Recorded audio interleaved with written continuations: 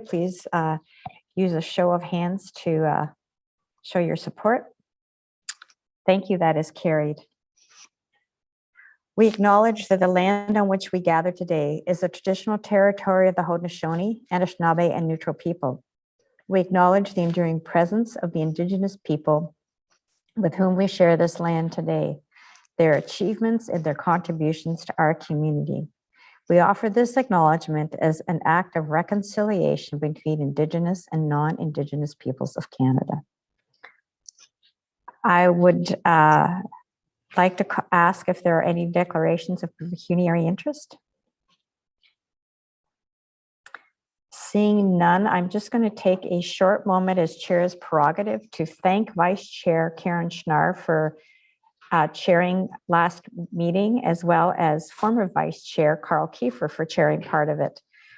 Thank you very much for your stellar work, Councillor Kiefer. You have been on the front lines of so many negotiations with Rosita and staff, and it's very much appreciated, done a lot of heavy lifting. And Karen, welcome to the role of Vice Chair. This is an outstanding board, and I know you do a great job. Item 7.0 is consent agenda items. Is there any item on the consent agenda that anyone would like to pull out? Karen, go ahead. I don't know if we necessarily need to pull it out. I just had a question about the intelligence notes specifically related to the geography of them as mentioned in it. So I don't know we need to pull it completely out, or if I can just ask a clarification question about that. I would say go ahead and ask a clarification. Okay. And I don't know if the chief is going to take this, but we'll figure that out while you ask your question. Yeah, I was just interested. It's on page, and I don't know if it's actually page 98 on my PDF. It's page 98 where it talked about the top 5 intersections, and 4 out of the 5 were new. And so my question was just the newness of those 4 to the 5. Was it related to specific incidences in those areas like Columbia and Phillip, for example, or was it just sort of ongoing activity throughout the year? Chief, who would like to take that? Thanks very much, Chair Edmund and Vice Chair Schnarr for the question. I'm just taking a peek at the team here in Deputy Hilton. I'm wondering if Superintendent Fenton, we have some operational demands right now that are ongoing. So I do not see Superintendent Fenton on the call. And I know that Denise Lowe is not with us this morning. Apparently, Eugene is just in the process of joining us right now. Thanks. Maybe I'll just double check with Deputy Hilton. Many of this is investigative driven. It's based on ongoing investigations. As you're aware, intelligence notes really relate to investigative work that we're doing. But Deputy Hilton, do you want to just take an overview of that for Vice Chair Schnarr? Thanks, Chief. And I know Superintendent Fenton is joining us, so perhaps if we can catch him up to speed. I don't know if he's on the call right here, right now, but the question was around intelligence notes. And sorry, I'm picking it up as you had indicated that it was on your page 98 as it relates to. It talks about the top 5 intersections. So Weber and Law, Chicory and Sunview, King, Conestoga, Pine Bush, and then Columbia and Phillip. And the note just said that 4 to the 5 were new, with the exception of Pine Bush and Hespeland. So I think the chief actually, to be honest, we sort of answered the question, which is it's related to specific investigations that are ongoing in those areas, as opposed to it being those areas are now sort of over the course of the year of interest in terms of activity. So I'm happy to take other comments, but the chief actually answered sort of my overarching question already, so I'm good. Yes. Sorry. So specifically, I can say that, at Pine Bush and Hespeler, for example, there's a series of lodging, hotels and motels that often are the focus of human trafficking investigations, drug investigations, stolen property investigations. Likewise, there's an address at the intersection of Columbia and Phillip that actually draws a significant amount of police attention, ongoing drug investigations and work as such. And hence why this is what drives some of that work. But we can definitely, Vice Chair Schnarr, get you, more detail. Some of these are ongoing police investigations and operations that feeds the intelligence work and drives other investigations, particularly around organized crime, financial crime, human trafficking investigations, drug trafficking investigations, as well as overall property crime with our break and enter team. But on the surface, that's what's really driving this locale and this location, these locations, is ongoing police investigations. Thank you for that. So if that answers your question, Vice Chair Schnarr, we won't pull it out. I would ask for a motion to move and receive 7.1 through 7.17. If I could have a mover and a seconder. Moved by Tony, seconded by Karen. All those in favor, please indicate so by raising your hand. That is carried. Thank you, colleagues. Any business arising from the minutes? Okay, seeing none. The next item is correspondence. 9.1 Ontario Association of Police Services Board Re 2022 Annual Conference, and Jill Eggleton is going to speak to. Thank you, Chair Redmond and members of the board. So agenda item 9.1 deals with the upcoming OAPSB annual conference. So there's a couple of items for consideration. The first is the annual call for nominations for the OAPSB board of directors. So the board membership includes 4 representatives from the Big 12 police service boards, as well as a representative for Zone 5, which we're a member of as well. So if anyone is interested in putting their name forward for one of these positions, we do need to let them know and submit the nomination by April 1st. So please let me know if you're interested. In order to meet the timeframes, I would need to know in the next couple of weeks. The second item is around the annual call for resolutions, and these would be presented and considered at the AGM, the OAPSB's AGM. So if the board does have any resolutions they want considered at the AGM, we would need to submit, again, those resolutions by April 1st. We would need to address any potential resolutions probably at the March meeting. So would again need to know in the next couple of weeks if there's any interest in submitting something there. Thanks. Thank you very much, Jill, for your ever efficient ability to keep us on track. So we do have a future opportunity for anyone who'd like to put their name forward or talk about resolutions. So I would suggest that get those to Jill between now and the next meeting if anybody is so moved. 9.2, Chief Larkin is going to talk to the engagement with regional, municipal, and township councillors. Chief Larkin, over to you. Thanks so much, Chair Redmond and members of the board. Some correspondence looking for your collaboration and support. But with, we're in year 2 of the strategic business plan of the Police Services Board and the police service. And it's been some time since we've actually made we make annual visitations to the regional Waterloo through our budget season. From time to time, we appear at all regional council, but there may be an opportunity, I think, as we're looking at the year ahead and we're looking at some of the changes we're making within our organization, as well as a couple of ongoing significant technological projects, a review of urban and rural policing that are upcoming around workload and distribution of zones and neighborhood-based policing. That I thought that maybe as we look to April, May, and June, an opportunity to collaborate as a board and a service and actually visit all of the local area municipalities, the local townships, as well as the regional municipality of Waterloo to provide an update on policing in the region and take questions and or comments and feedback and engagement from our local governors. And so just a request, I think that this would be a great opportunity for the service as well as the board to partner in that really engagement opportunity. So subject to any questions, we would then, if there's interest, we would work with the board executive assistant to set out a calendar and schedule and develop that opportunity. Thank you very much, Chief. So I'm looking if the board would like to have a mover and a seconder of a motion to proceed with these engagement efforts. Moved by Sandy. Seconded by Rosita. Please indicate your support by raising your hand. Okay, that's unanimous. Thank you very much, Chief. That's always really a worthwhile conversation to have. 10.1 is policy updates, performance evaluation process. We will look for a motion at the end of this. I believe Kim Bellissimo is here to speak to these issues. Welcome, Kim. Thank you, and through you, Madam Chair. You'll have in front of you 3 policies that we've made minor modifications to reflect the ongoing interest in developing a talent management program for the executive at Waterloo Region Police Services. We have commenced that process through enhancing our performance reviews, building a compensation program, as well as now introducing a 360 assessment instrument. And so the policies reflect those changes. Thank you very much. I don't know, colleagues, if you want to take them individually or all as one. I really did appreciate the update and the refinement. I know we all read them in preparation for this meeting.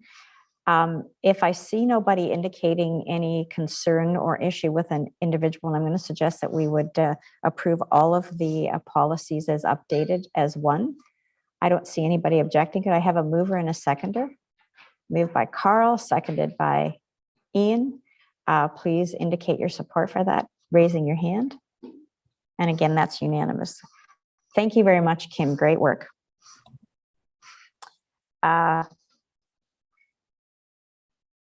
11.1, we're Chief of Police reports, and this is Strategic Business Plan Progress Report number year one. Over to you, Chief. Thanks so much, Chair Redmond, and good morning, members of the board, and happy February.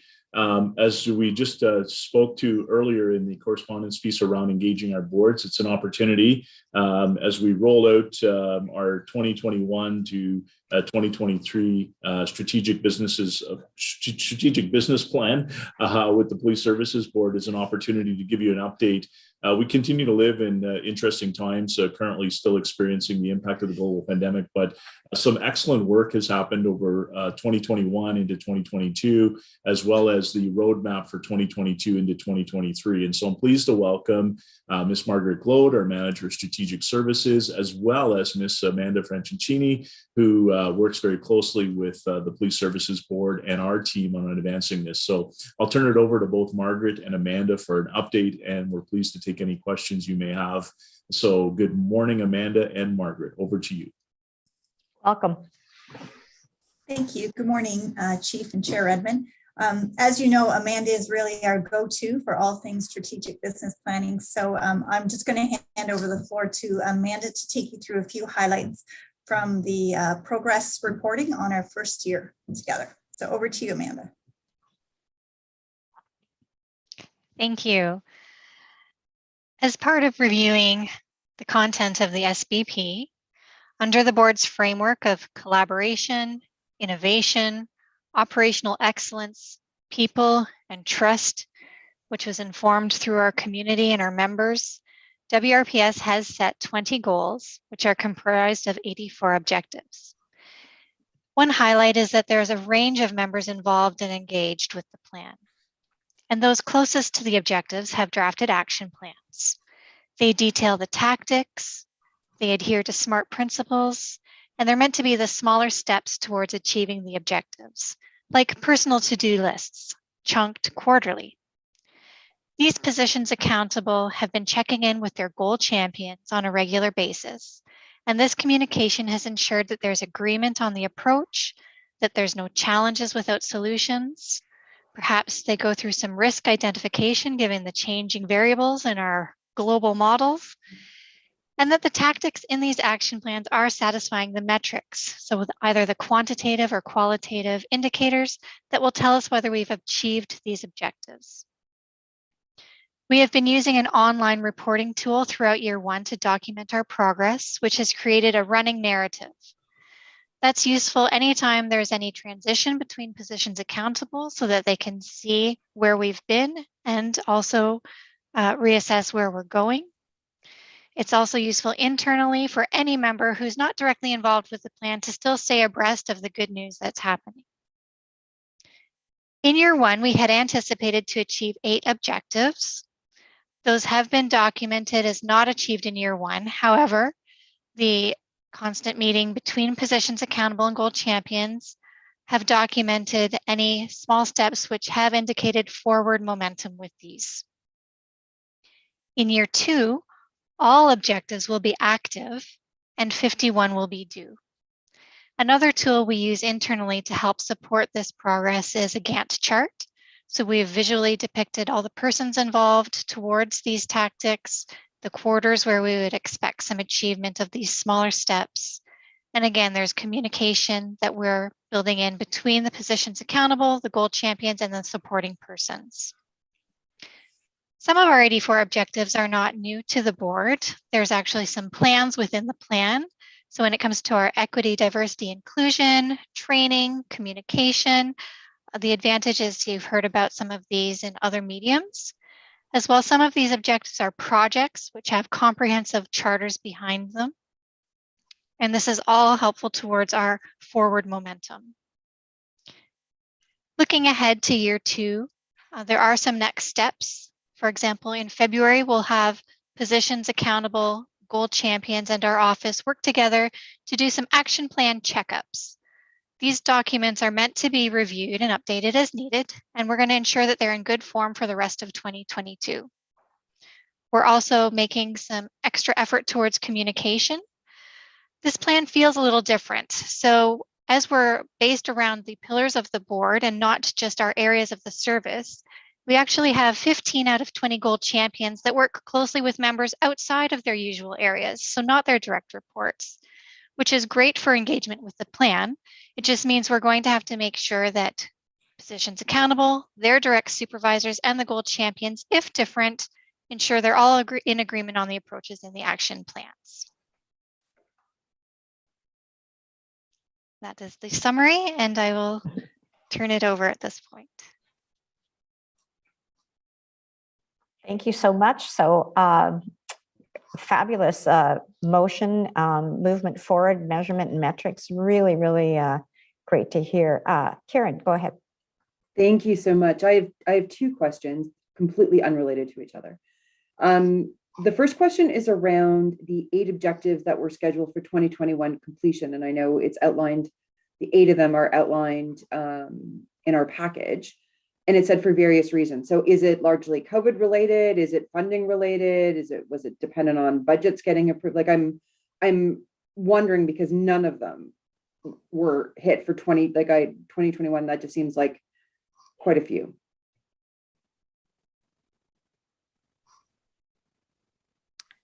So who is this, Chief or Amanda or Marg? Who's going to take this one? Chief? No, actually, I'll pitch it over to Amanda and then can provide some context as well. But Amanda is the key lead, will provide insight into that. Okay. Sure.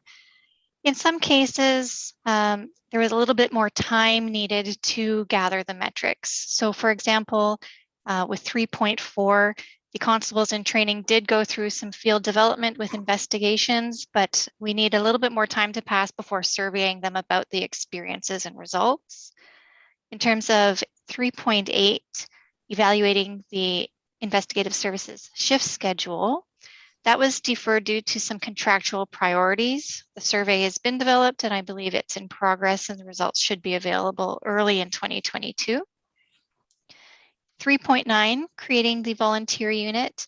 It was paused. All activities from the auxiliary members were paused for some time during the pandemic restrictions, which I believe contributed to some delays. 4.9, the digital inventory management system. They acknowledged there was some work on the back end with a third party that had stalled for a couple of months, but they're confident with a new position with WRPS, who is going to be a project lead, that will be on track for early 2022. 8.3, developing monthly road safety teams. The teams are in place. The metrics are currently being recorded, but they couldn't be fully recorded till the end of the year had passed. So, 2021, end of year 1, the metrics weren't available. They are at this point, and so it will just be a conversation between the goal champion and position accountable to check that as achieved. 14.1, the attendance management program. The procedure is currently in final draft and it's going through the review process. 18.1, the 30+ call response model. The strategy and campaign have been developed. It will just take, again, some time to pass in between implementation and evaluation. And the 20.2, digital evidence management, body-worn video and in-car video. That is part of a larger project charter, which is more comprehensive. But in summary, for the business plan purposes, they anticipate a midway analysis in February of 2022. So most of these, it's fair to say, are it's deferred to 2022, but the reality is most of them will be done by first quarter, as opposed to sort of like end quarter. So like they're almost like on their cusp of being finished, as opposed to it being, like a year cycle. So that's good. They're pretty close.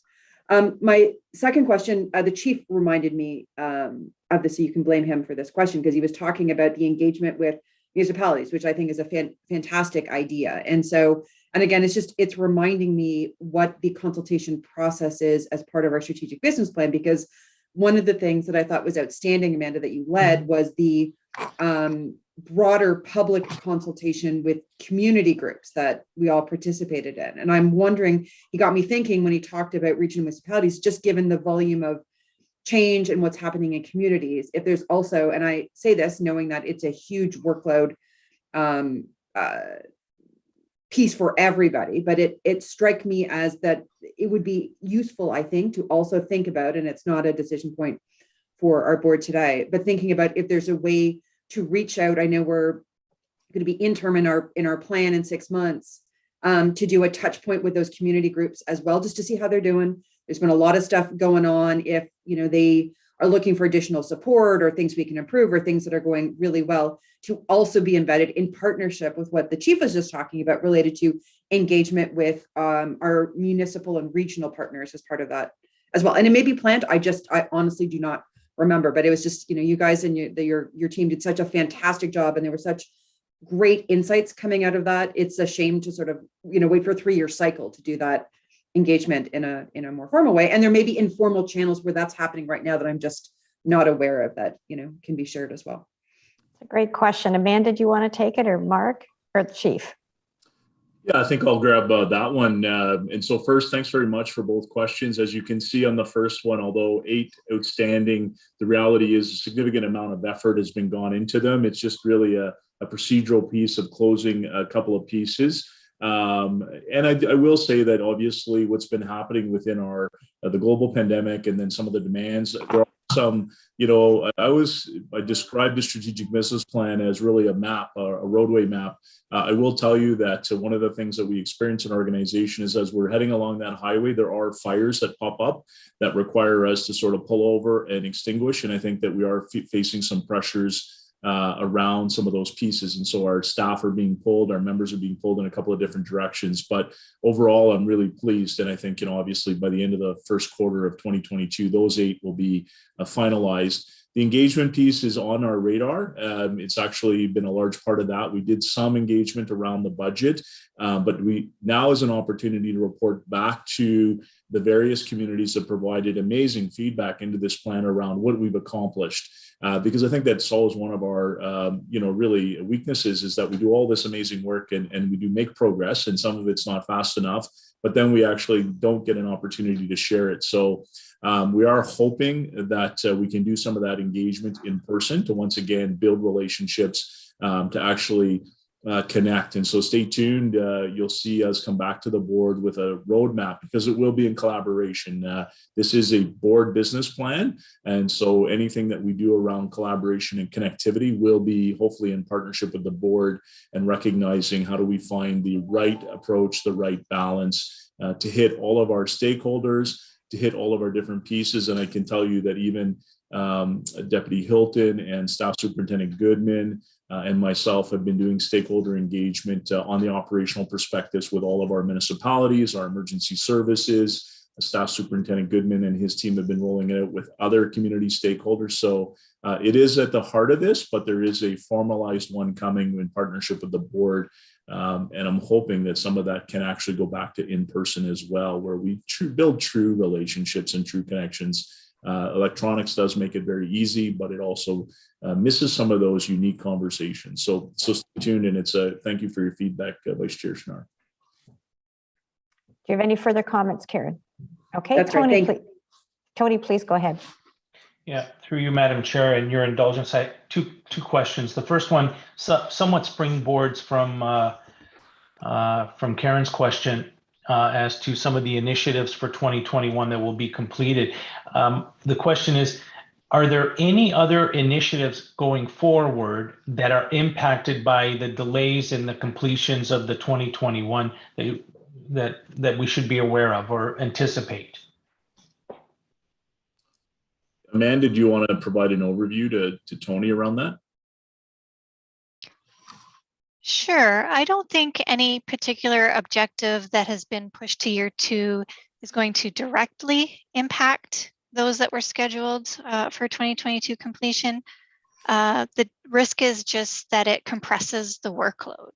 So, if there are some lingering metrics to document or conversations to be had, it just takes up some time. And time is precious. We've got competing priorities. I would say that it doesn't create a direct domino effect. It just compresses some of the workload. And that's a great lead into my second question. When you have these goals set, there is the thoughts of capacity and are the goals attainable? So I always think about that. And retrospectively, and the chief mentioned about fires that distract us, and I hate to use that word, it sounds somewhat destructive, but there are other priorities that pop up that take our capacity. Has the leadership looked at the goals that have been set and retrospectively and look at the conditions we're in or the environment we're in today to say, are these initiatives for 2022 or 2023, are they still attainable? Is it realistic? And you had mentioned about capacity. So, because we want to set goals that are attainable. We don't want to, we want to achieve wins for the organization. So I throw that question out. If there is that review of capacity and attainability of goals as we move. Yeah, thanks so much. And it's a great question, great comment. And obviously, I fully believe that this business plan that the board has built on behalf of all the feedback, the community has also built in that flexibility and the recognition that you need to be agile on a couple of key pieces. And so your timing is perfect. Actually, tomorrow at 2 different meetings, we'll be discussing the strategic business plan. We wanted to report publicly first, and then tomorrow, based on the feedback from the board, the Chief Strategic Advisory Committee and the senior leadership team will be refocusing and actually looking at, and quite frankly, if there is stuff that needs to be realigned or moved, or there's external pressures, supply chain issues, financial pressures, or things related to staffing and or even the pandemic, which still has some minor remnants around, people coming to work, et cetera. We'll loop back to the board to adjust our schedule and seek your input and feedback. So the timing is perfect. We're at it tomorrow. And as always, the board is welcome to join those discussions. I personally enjoy them, but not everybody does. Okay, thank you. Tony, are you volunteering? I just want to underscore how important the metrics are for knowing where we're at. So I really appreciate the conversation and the insightful questions. Thank you, Amanda and Marg, for that. Next is 11.2, 2021 road safety highlights and 2022 road safety plan. Chief, are you going to kick this off? Thanks so much. And actually, good timing as we speak about some of the strategic business planning pieces. I'm actually going to turn it over to Deputy Chief Shirley Hilton and welcome her team. So over to you, Deputy Hilton. Good morning, and thank you, Chief. Good morning, Chair Redmond and members of the board. As discussed today, we will be highlighting some of the 2021, looking in, review of 2021 and some of the safety highlights related to road safety. And then looking at how those highlights have informed our 2022 road safety plan. Today we have Superintendent Tom Bursey, who's with us from the Operational Support Division, and Staff Sergeant Scott Griffiths, who will be highlighting the road safety plan for 2022 and looking in the rear view at what occurred in 2021. So I'll turn it over to Staff Sergeant Scott Griffiths to take us through the plan. Thank you, Deputy. Madam Chair, members of the board, and senior leadership, thank you for the opportunity this morning to speak in regards to our achievements in 2020 in regards to road safety, as well as our plan forward for the 2022 road safety plan. I would classify 2021 as statistically a more normal, although 2021 was far from a normal year. Our statistics led us to a more normal number of major injury crashes and fatalities, closer in line to 2019 than 2021. If I could have the slide change, please. And next, please. So looking back at 2021 for our major statistics, our fatal crashes decreased 21% year over year to 15, with 17 fatalities. Of those fatalities, 60% of those were linked to our fatal 4, which is impaired driving, speeding, distracted driving, and seatbelt wearing. Impairment was a factor in 33% of these collisions, and speeding was a factor in 9, which amounts to 60% of our collisions. 60% again of our fatal crashes occurred in our rural townships, and our major injury crashes increased 24%, which is consistent with 2019 statistics versus 2020. Next slide, please.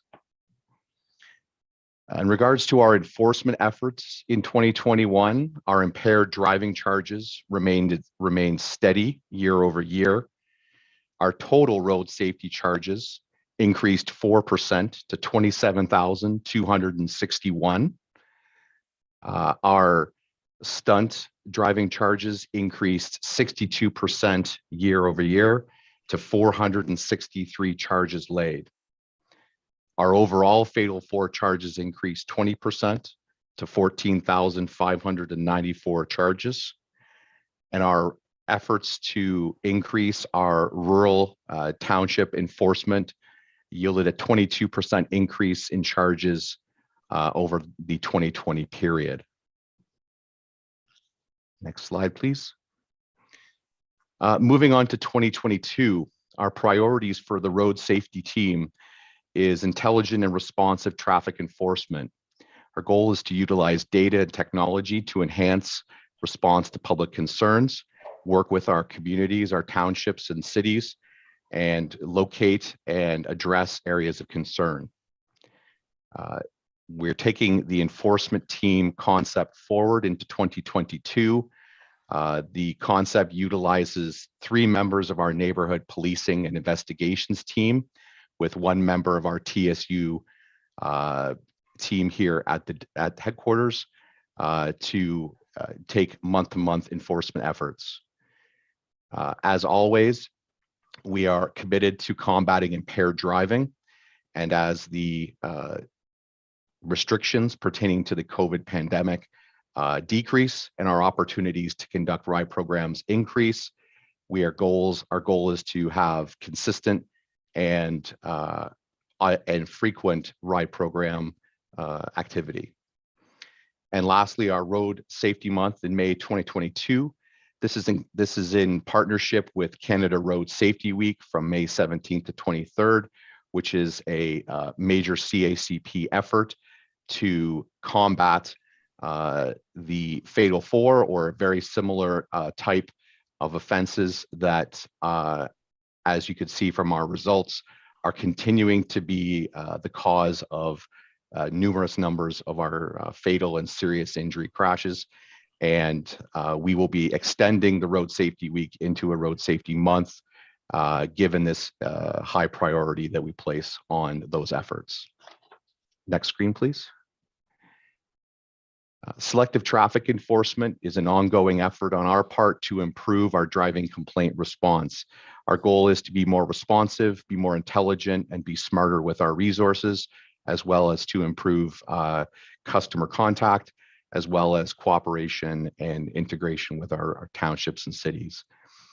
The Traffic Services Unit has obtained a Black Cat traffic survey equipment that we can use in partnership with other statistical gathering to determine where best to deploy our resources. It will provide us location-specific traffic enforcement. We'll be able to determine time of day, frequency, average speeds that'll give us a better idea as to whether a complaint area is one that we need to focus on consistently or at a certain time of day or otherwise. We're continuing with our 30-day complaint program.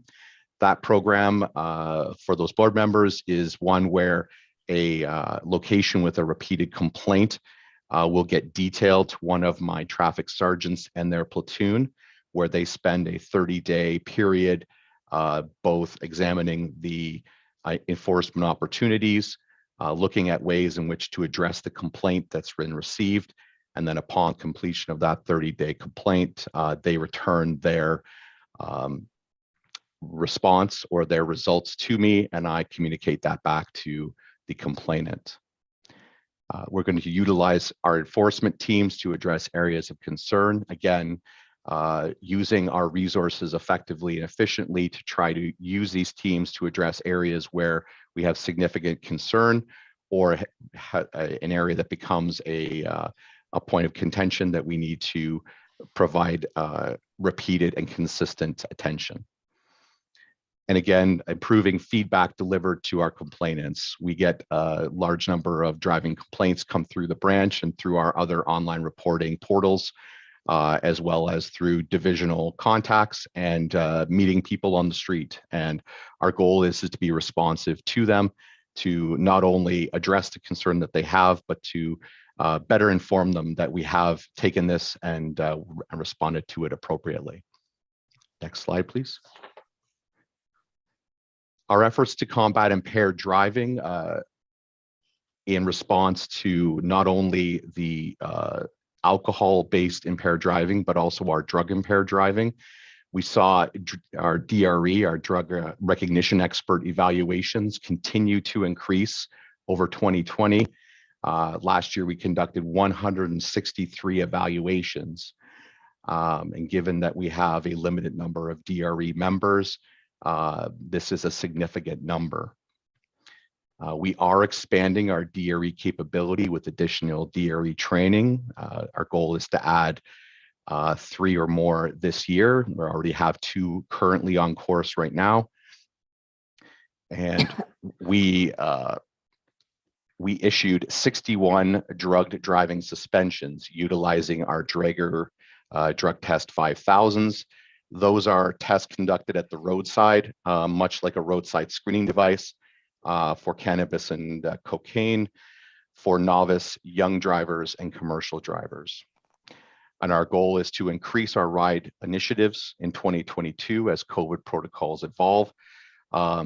Because of the rapidly changing environment when it comes to COVID restrictions or case counts, we have had to be nimble and adapt our ride program efforts in the last several years. Our hope is that as things normalize, if that is the case in 2022, that we will be able to offer not only more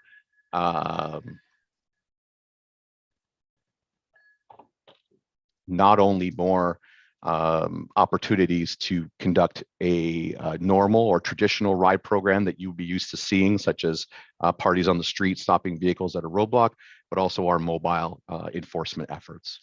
Next slide, please. Our special enforcement teams are an integral part of our road safety plan and our traffic safety goals. It just goes to reinforce the importance of our neighborhood policing partners and their efforts. They not only assist us with these road safety plans, our teams, they also are doing enforcement and step on a daily basis at the divisional level. So we're very grateful for their assistance and their partnership. Last year in 2021, our special enforcement teams laid 3,145 charges, and conducted 1,507 hours enforcement. Those numbers account for 12% of our overall road safety charges in 2021. They are, as I said, I cannot say enough, they are key in delivering the traffic services road safety plan. The neighborhood policing officers that we bring into the branch here on a monthly basis to augment our resources have the opportunity to learn from the traffic services member, to get unfettered focus on traffic safety goals during that month. And hopefully we offer mentoring and educational goals as well for those officers. Next slide. Moving on to our rural focus, where the statistics that I've passed on to you today, as well as others, are getting clear that the rural townships in this region amount for 60% of our fatal injury crashes and approximately 30% of our major injury collisions. There are obviously many reasons for this. A lot of the rural roads have higher speeds. There's the opportunity for mixed traffic, such as horse and buggies, bicycles, and other vehicles on the roadways, as there may not be that opportunity, or there's more facility for those types of vehicles in town. And given the layout and the expansive nature of the rural areas, long stretches of road, lower traffic levels, complacency, and distractions sometimes kick in. So we're very much aware and focused on reducing those numbers. Next slide, please. To that end, over 2020 numbers, we've increased on average our rural enforcement efforts 22%. We increased our enforcement efforts in each of the 4 townships significantly over the 2020 levels. And we have the cooperation of our rural officers, as well as the special enforcement teams. Next slide, please. And just in summary, our fatal 4, which amount for, as you've seen, a large portion of our the basis for collisions, increased significantly year over year from 2020. We issued 14,594 charges pertaining to impaired driving, speed, seatbelts, and driving. From those statistics, regards our fatals and our major injuries, there's overlap as well. You have factors where if there's speed and alcohol, or distracted driving and speed, and these always seem to overlap with each other or have a significant impact on the outcomes of these collisions. So we're focusing again very strongly on those targets, and hopefully we'll be able to reduce our numbers further going into 2022. Pending any inquiries from the board, I thank you for your time, and appreciate the help with the slides, Jill. Thank you. Thank you so much, Staff Sergeant Griffiths. Are there any questions? I guess the one statistic that I find really, really shocking, and I'm wondering if it's in other jurisdictions, and that's the increase in stunt driving. Is that something that's being seen on major highways and in cities across Southern Ontario and throughout the province?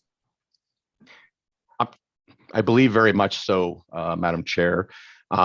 It does coincide somewhat with an augmentation of the Act. The MOMS Act came into force late 2021 that increased penalties and lowered the speeds from 50 to 40 in certain areas for the stunt driving enforcement. But regardless of that activity, we were seeing a large increase in that and those types of charges year over year. It appears to be something that is not unique to our region, and we are targeting that very strongly, because it's those behaviors and those activities that can sometimes lead to very disastrous outcomes. Thank you. I have one other question too. The selective complaint response, that seems very robust and very thorough. I'm assuming there's a threshold of complaint or number of complaints to put that many resources on for 30 days. Yes, so we tend to look at the number of requests we get for a specific area. We're linking up not only our online complaints, which we get frequently through our online portal, but also through our email address and through calls into the branch here. And we do our best to determine if there's an area of high concern or one that has repeated concerns from members of the public that require a more thorough response to their complaints, so that we're able to offer not only a response to the issue, but also be able to respond back to the complainants, sometimes who report repeatedly, that we have addressed it, we have looked into it, and whether it's there is a basis for it, or whether there is something that's more a matter of perception, or a matter of conditions, or something out of our control, such as road design or traffic flow, that we're able to give them a more robust response, as opposed to just we'll send somebody out there when we can. So thank you for that. I see no further questions. So thank you for a very thorough report. 11.3 is the 2021 quarterly use of force statistical report Q4 and annual summary. And Chief, do you want to kick this off? Thanks so much, Chair Edmund. Just a quick moment of thanks to Staff Sergeant Griffiths and the entire traffic safety team, as well as across the organization, for making this a continued priority. I know that the board is very focused on road safety, as well as our regional partners. So some great work, and look forward to the ongoing work in 2022. Next, as this is a ongoing quarterly report, and pleased to welcome Inspector Jason Boucher on the quarterly use of force statistical report for the Q4 and annual summary, but I'll turn it over to Deputy Crowell to introduce. Good morning, Mark, over to you. Morning. Thank you, Chief, Madam Chair, members of the board. This is the first of two presentations from our Professional Development and Respect in the Workplace division.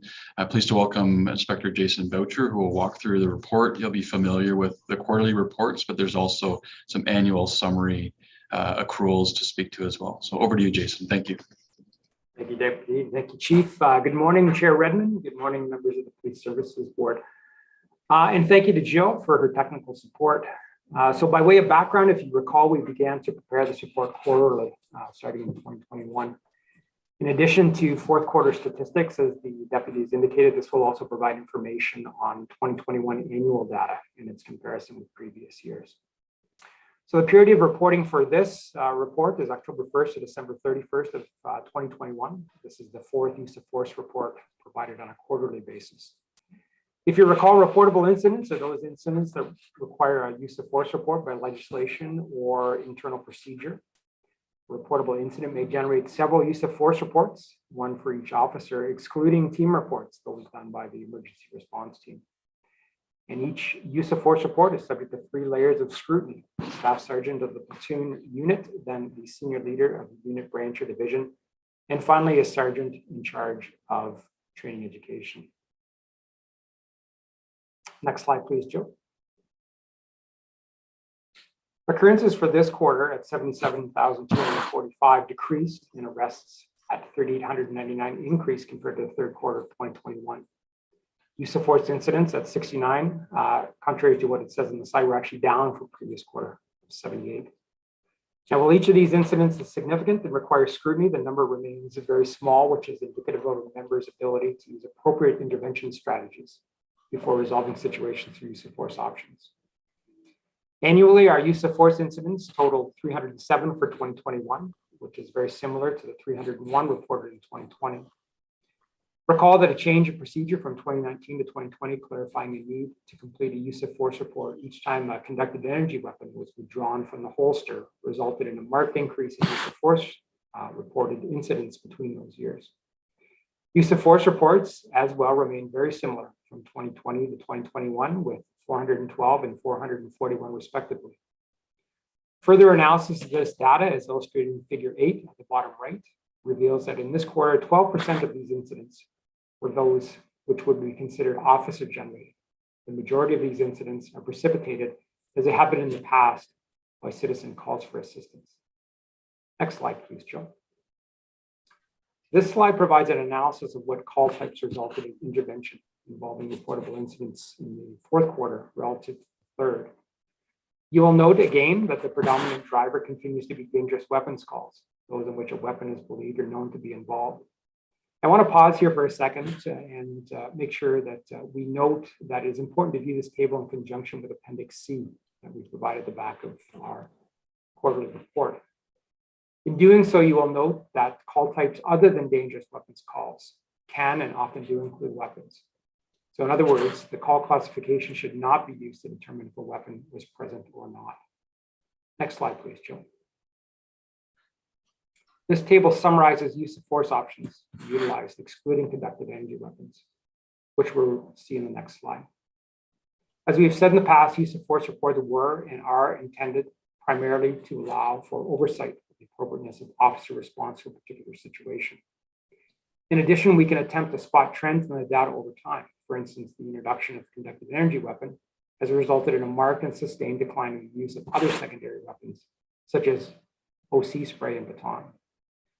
In this quarter, officers did not discharge their handguns. Further, there were no canine deployments during this quarter that met the threshold of the use of force report. Annually, there was an increase in the number of handguns drawn in 2021 versus 2020 at 50 and 36 respectively. However, handguns pointed decreased from 90 to 53. Similar trends were seen with carbine rifles, where deployments increased slightly year over year, but carbine rifles pointed decreased. Outside of the humane dispatch of animals, carbine rifles have not been discharged by our officers since their introduction. Handguns were discharged twice in 2021. Both were investigated by the Special Investigations Unit. Use of OC spray and baton remains very low, resulting from the introduction of the conductive energy weapon.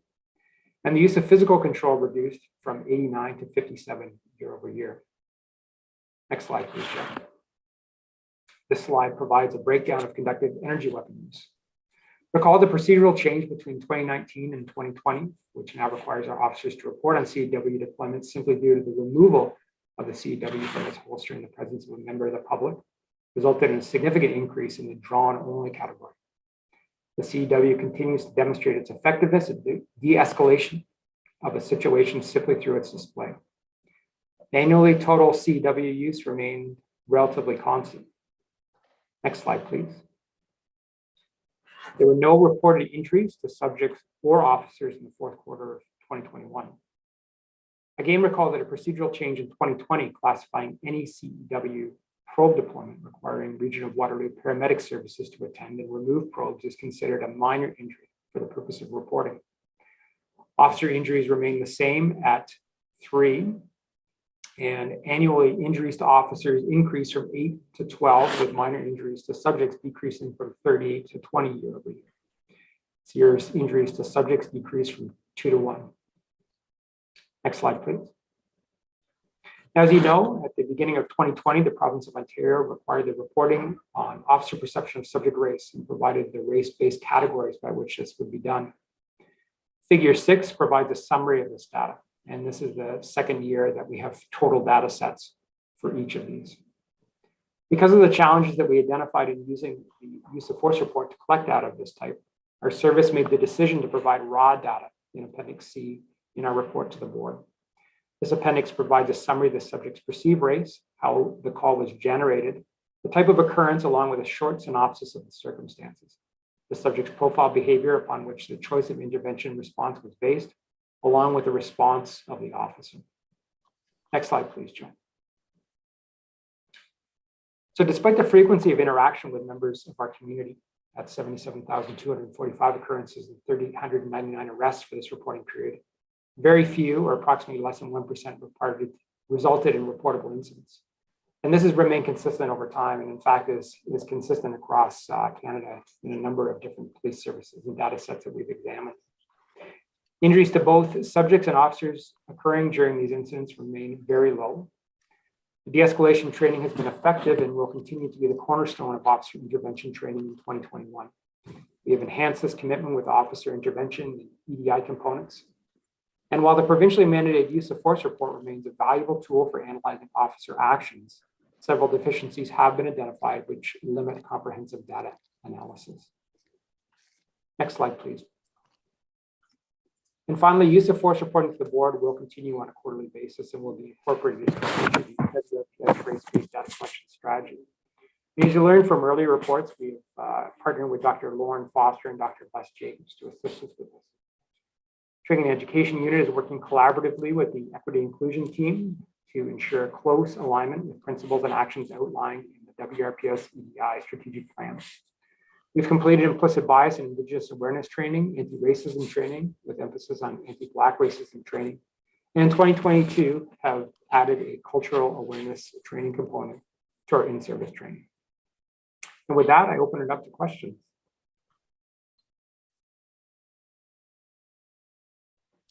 Thank you so much, Inspector. Do I have any questions from Karen? Go ahead.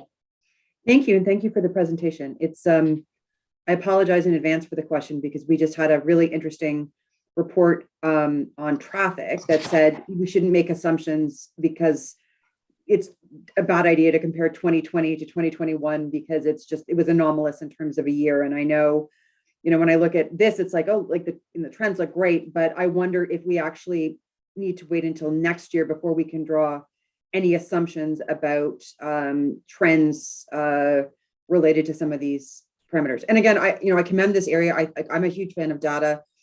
I love the fact you guys report to us quarterly on this and are transparent in terms of giving us this volume of information so we can actually have informed conversations about it. But again, unfair just because this came into my mind just because I was thinking about it from the traffic that came right before you did. Good job connecting the dots. Inspector? Chief, would you like me to take that? Yes, please go ahead. Commissioner, I always love your questions. I thank you in advance. But yeah, we're on the same page with that. Absolutely. We've been through some very anomalous years. We're starting to see call volumes come up to what we consider to be traditional levels. So I think we can't really draw, really any conclusions based on comparison in the last 2 years. But you've also heard my talk about small data numbers as well too, and how volatile those data numbers can be. I mean, the great thing about reporting quarterly is that we keep the board more apprised in real time. However, that makes the numbers much smaller as well too. It's a robust conversation with the academics that we're partnering with as to how we use this data, how we look at this data within the larger context of the data in which we gather. But I appreciate your question and comment around how we need to be cautious about this data, particularly during these times.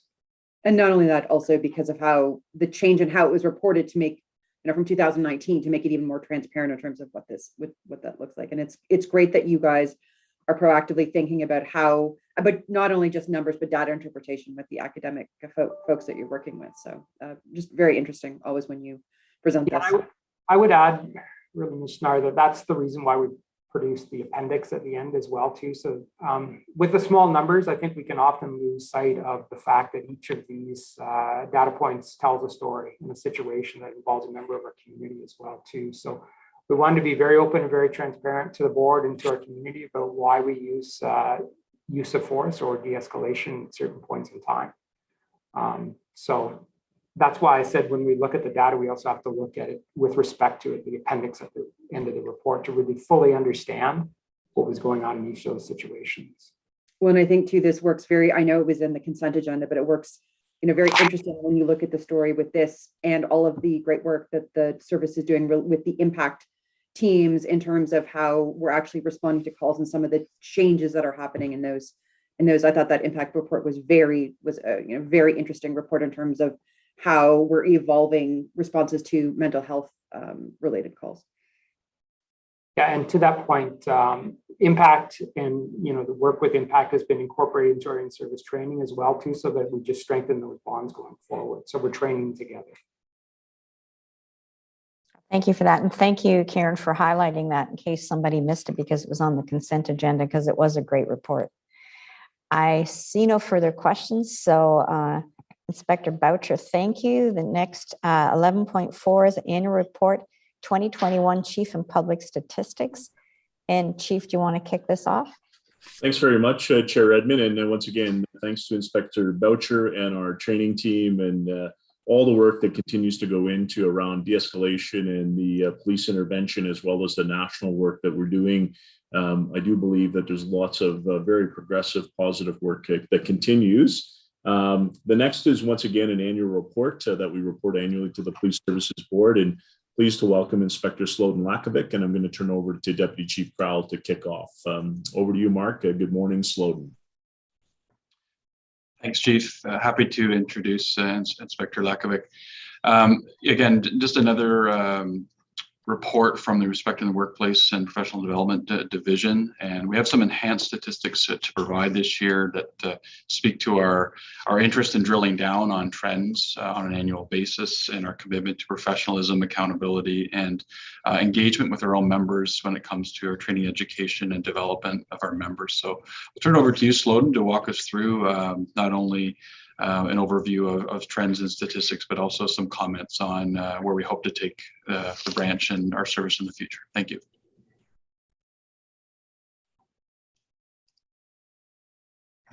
Thank you, Deputy. Good morning, Chief.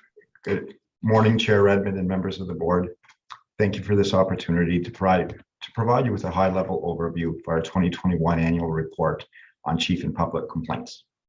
And I really hope you don't mind. I won't be using a PowerPoint this morning. However, I'm going to speak to the report before you. I'm going to be addressing public complaints with a bit of an overview of one of our oversight bodies, the OIPRD.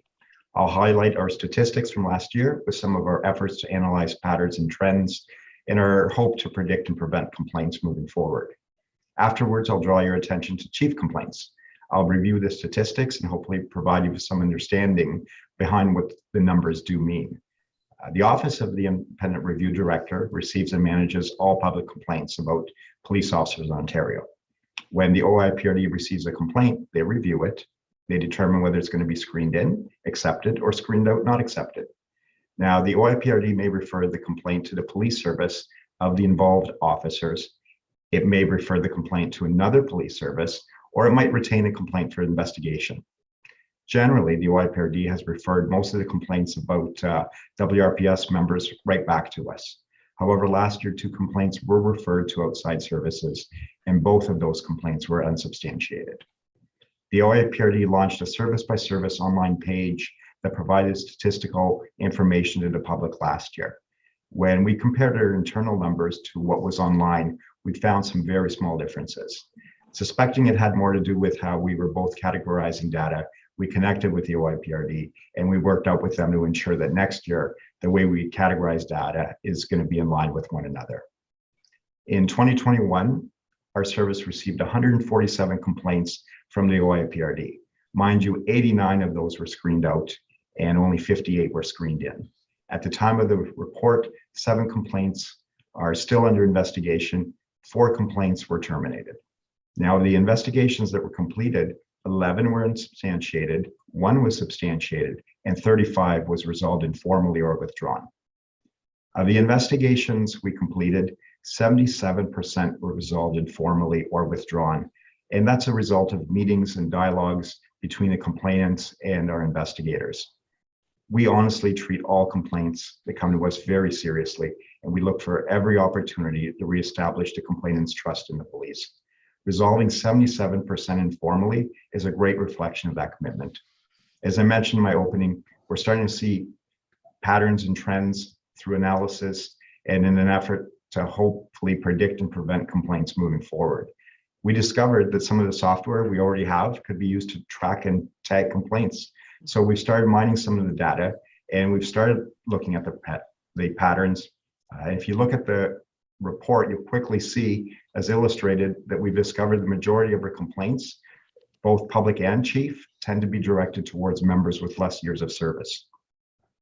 Moving forward, we hope to learn even more from the data to help shape and implement strategies aimed at reducing total number of complaints. For instance, we started mining data on trends in terms of times. Were we seeing more complaints in summer months, winter months, fall? Were we seeing more complaints during day shifts, afternoon shifts? And right now, from the data we've seen, there isn't a real pattern or trend to time or season. So again, we're still going to be taking a deeper dive and looking for some more trends. Similar to previous years, roughly 60% of all of our complaints were screened out. And of the screened in complaints, we're on par with our 3-year average. Most of our complaints were about conduct and predominantly discreditable conduct and neglect of duty. 11 complaints were unsubstantiated, 1 was substantiated, And as I mentioned, 35 were resolved informally or withdrawn, and 7 are still under investigation. Complainants can ask the OIPRD for reviews if they're not satisfied, and last year 6 requests for reviews were made. 4 of them were upheld by the OIPRD. However, 1 resulted in a request for reinvestigation, and 1 is still pending. Now I'll draw your attention to chief complaints. So chief complaints were up last year from 39 in 2020 to 58. However, a big part of that was a result of investigations into incidents which involved more than 1 officer. Similar to public complaints, discreditable conduct was on top of the list, followed by insubordination. And you may have noticed in the report a significant jump in allegations by type of misconduct. Now, this is partially due to an increase in chief complaints. However, it's mainly due to the new way we're now tracking allegations. We've made some adjustments to our tracking methods, which are now more in line with how the OIPRD tracks complaint allegations. Last year, 30 chief complaints were substantiated, 6 were unsubstantiated, and 22 are under investigation. Of the matters from last year, 1 was deemed to be more serious and a hearing was ordered. And finally, I'd like to close by letting you know we're just as committed to analyzing trends regarding chief complaints as we are public complaints in an effort to improve our accountability and our service delivery to the community. Thanks for your time, and I'm open to questions. Thank you so much, Inspector. Are there any questions? I don't see any, but thank you for a very informative report. And again, I've always been under the impression that governments or organizations measure what they value and they change what they measure. So thank you for providing these metrics for this tracking. Thank you, Chair Redmond. Thank you, Chief, members of the board. So 11.5, monthly chief of police report, and this is verbal. Over to you, Chief. Thanks very much, Chair Redmond and members of the board. Happy February, and just a moment to thank all of the presenters today and all those that provided work into the consent agenda. February typically is a larger police services board meeting as we provide annual updates, but I also want to recognize the board for your governance and diligence. There's a lot of things happening in policing, a lot happening locally, and we appreciate all of your leadership. I want to take a moment to celebrate and recognize Black History Month and the excellence that all regional citizens of our Black community provide and the historic contributions of our Black community. It's regrettable as we remain in a world of pandemic that we've not been able to have the traditional celebrations and engagement opportunities with our Black community and our other communities such as the Korean and Vietnamese community that are celebrating their New Year's. And so on behalf of the service, we want to take a moment to thank all of our various associations that celebrate Black excellence and wish them well as they celebrate this important month, and also a Happy New Year to our Vietnamese and Korean communities that are celebrating their New Year. As we head into February, it's hard to imagine that here we are midway during February, but as you've seen from the ongoing demands, our call demand, and subject to some of the comments of Vice Chair Schnarr, is that we do believe that 2022 will be a normalized year from a data perspective. We're seeing heavy call demand with heavy points. We started the year off with some significant violent crime, which has sustained but ongoing challenges and issues. But particularly want to recognize the continued work, particularly around the work of our investigative services division, the work they're doing around break and enters, stolen vehicles. We continue to see the impact of those, which have an intrusive nature on victims of crime. Some excellent work that is ongoing. Our impact team paired up with our officers from across the region doing some significant work around mental health apprehensions, as well as diverting from our healthcare system. And I know that we look forward to ongoing work in partnership with the CMHA and our impact team around modernization and changes there. As we continue to look at the pandemic perspective, I do want to provide the board with an update. Clearly, as our population goes and we go, we've seen the impact of the variant, and we've been following that very closely. But as of yesterday, we believe we've also seen the continued peak. Our Emergency Operations Center, as of last night, reports that we have 27 members that are currently off duty as a result of COVID-related challenges. We've had, since almost 24 months, 161 total positive cases. 27 of those are directly attributed to on-duty exposure. We have 14 members who are isolating, 13 members who are self-isolating, and 38 members that are self-monitoring. And our Emergency Operations Center continues to manage all things related to the pandemic. And I want to give a special thanks to Inspector Donna Mancuso for her exceptional leadership in managing the various changes, the significant Reopening Act changes that impact policing and our operations. But I do believe that the overall impact of the pandemic on policing itself, other than demonstration and protest, which I'll speak to shortly, continue to be well managed. Our financial monitoring continues. But as we look towards March, we'll begin to reevaluate the sustained staffing of the Emergency Operations Center, as well as the tracking of financial implications as we start to see a sense of normalization, or whatever the new normalization is around this. So again, very proud of the work that is ongoing. And of course, as we talked and highlighted about our commitment to road safety, particularly as we look at our rural policing and focusing on high speeds in our rural ways. Again, very much appreciative of the work of Staff Sergeant Griffiths and the entire team. I want to highlight two specific incidences. One is on January 27th. The board is aware of this as our community, but some excellent alertness by a member of Central Division who in the middle of the night spotted a fire at a Better Tent City and went into quick action. The work of that officer simply outstanding and averted to what I believe is significant tragedy. And we continue to support a Better Tent City, but some excellent alertness. And equally this week on February 12th, an officer on frontline patrol responding to an attempt to suicide where a male was found hanging in his residence. The officer went into immediate action, cut the male down from the rope and performed life-saving measures and was able to revive the individual. Now, these are two small incidences, but what it speaks to is that in a world of pandemic, world of communicable diseases, et cetera, our members continue. They continue to put themselves into action to perform great work. And so I'm very proud of the work. And these are just two small examples of what happens every single day as we manage approximately 1,100 calls for service a day. And as you know, in our communication center, the fine staff and the well-trained staff, every 30 minutes, they're managing close to 400 911 calls. That's every 30 minutes they're, managing the impact of that. And so there's some significant work ongoing. And that leads me to the next piece, which is the ongoing challenges that we're facing, not only locally, provincially, but nationally, of protests and demonstrations and occupations. I do want to take a moment to recognize that a significant amount of work has been happening across our province and across our nation over the last month or so. First, I'll speak locally. Our service has been managing pop-up demonstrations over the last 24 months related to the ongoing pandemic and related to ongoing restrictions.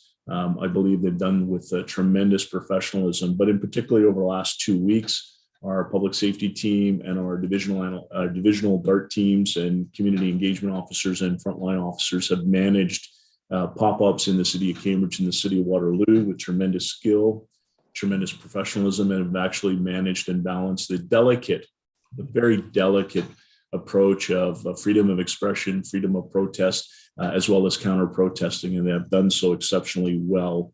And so as we head into the long weekend, at this time, we're not aware of any protesting. We're aware of a rally in the city of Waterloo, which will provide support to ensure the safety of all. But obviously, these have impact on the overall resources, the overall policing of our region. Again, we've recently seen the challenges of the world that we're living in, the division, the manifestation of concerns, and we, for the first time in the history of the Act, the Emergency Measures Act was invoked, and will allow policing additional enforcement pieces.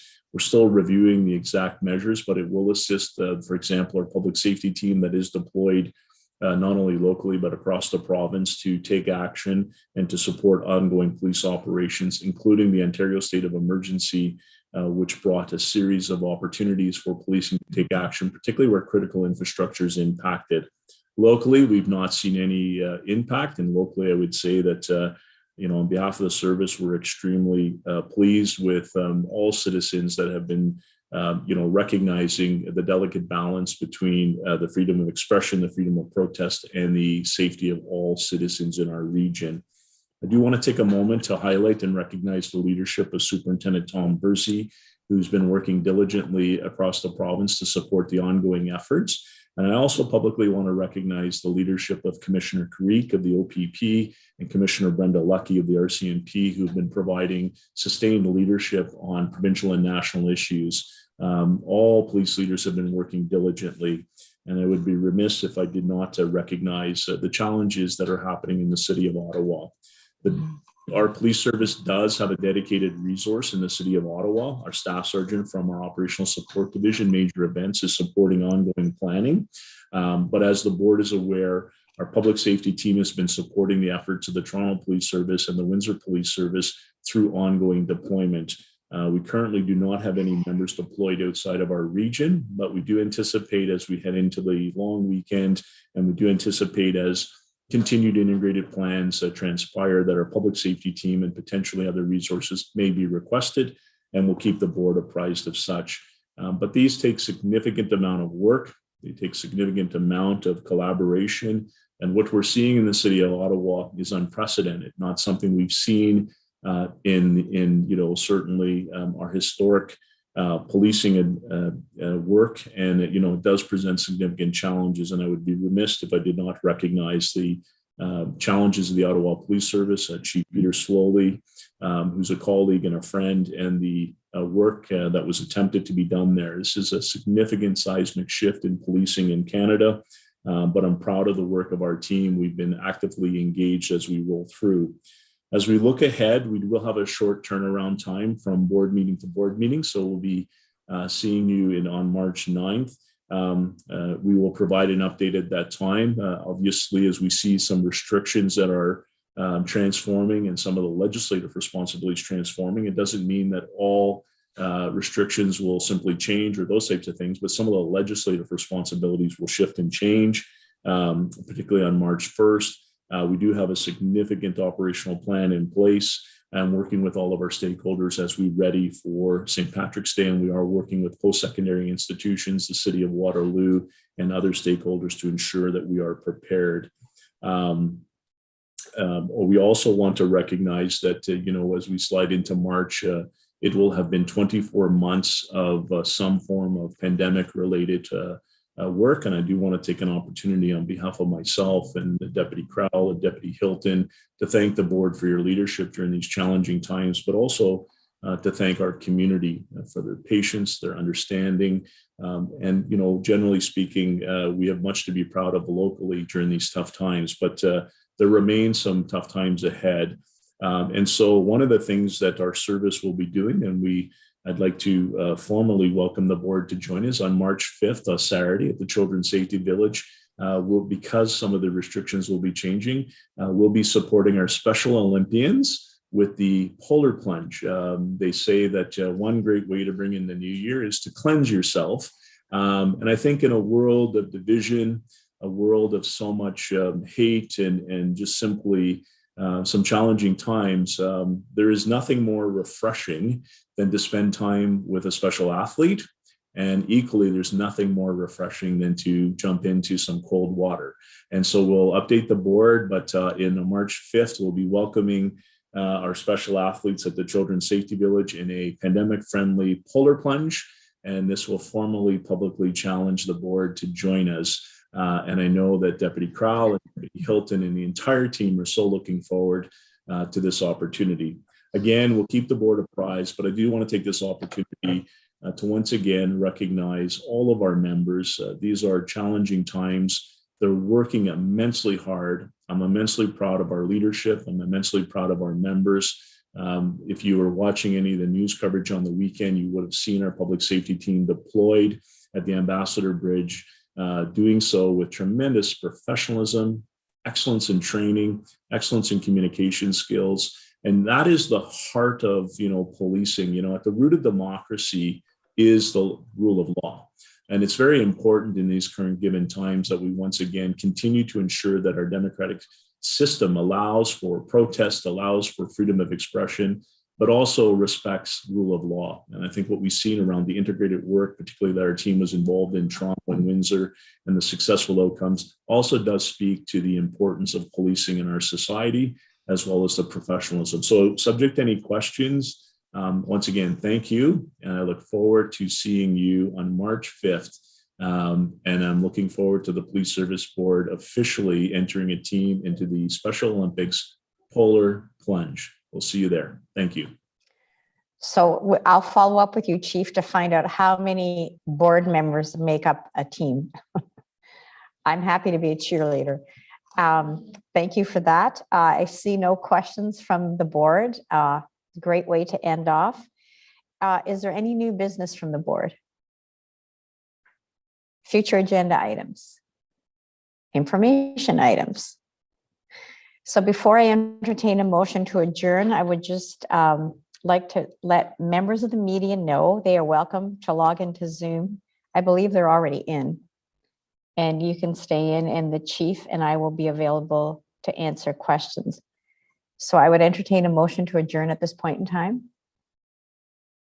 Moved by Karen, seconded by Sandy. All those in favor, please indicate with your hand. Thank you very much for a very worthwhile